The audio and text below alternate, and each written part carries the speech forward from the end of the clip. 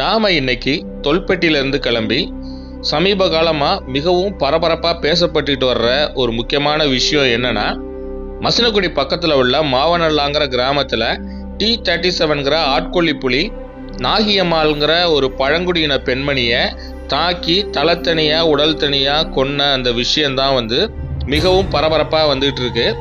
So அதனால் நாம் எந்த இடத்துல அந்த T-37 புலி நாகியம்மாளை கொன்னுச்சோ அதே இடத்துல போய் அங்கே உள்ள கள நிலவரம் என்னன்னு பார்க்கறதுக்காக நாம் தொல்பெட்டிலேருந்து கிளம்பி மாவனல்லா போயிட்டுருக்கோம்.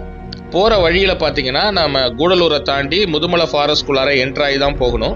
அப்படி போகும்பொழுது பொதுவாகவே யானைகளை இங்கே அதிக அளவில் பார்க்க முடியும். நம்ம பகல் நேரத்தில் மதிய நேரத்தில் போனதுனால பார்க்க முடியுமாங்கிற டவுட்டில் போனேன். ஆனால் நாம் நினச்சிட்டு போன மாதிரியே டஸ்கரை பார்க்க முடிஞ்சுது. அதை பார்த்துட்டு கொஞ்சம் தூரம் தான் போயிருப்போம். திரும்பவும் தெப்பக்காட்டு டு மசினகுடி ரூட்டில் போகும்பொழுது திரும்பவும் ஒரு சோலோவாக ஒரு யானை நின்றுட்டு இருந்ததை நம்ம பார்க்க முடிஞ்சுது. நாம் இன்னைக்கு மாவனல்லா போயிட்டு 2 நாள் இரவு எந்த இடத்துல இன்சிடென்ட் நடந்ததோ, அதாவது அந்த ஆட்கொல்லி புலி இந்த நாகியம்மாளை கொன்று இழுத்துட்டு இப்போ நான் தங்க போகிற அந்த ரெசார்ட் பக்கத்தில் தான் போட்டிருந்தது. ஸோ அதனால் அந்த பர்டிகுலர் ரெசார்ட்லேயே போய் இன்னைக்கு நைட்டு நம்ம ஸ்டே பண்ண போகிறோம்.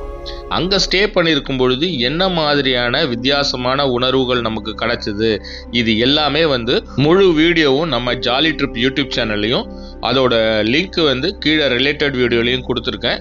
ஃபுல் வீடியோ வேணும் அப்படின்னு நீங்கள் ஆசைப்படுறீங்கன்னா அந்த லிங்கை கிளிக் பண்ணி இல்லைனா ஜாலி ட்ரிப் சேனலில் போய் செக் பண்ணி நீங்கள் பார்த்துக்குங்க.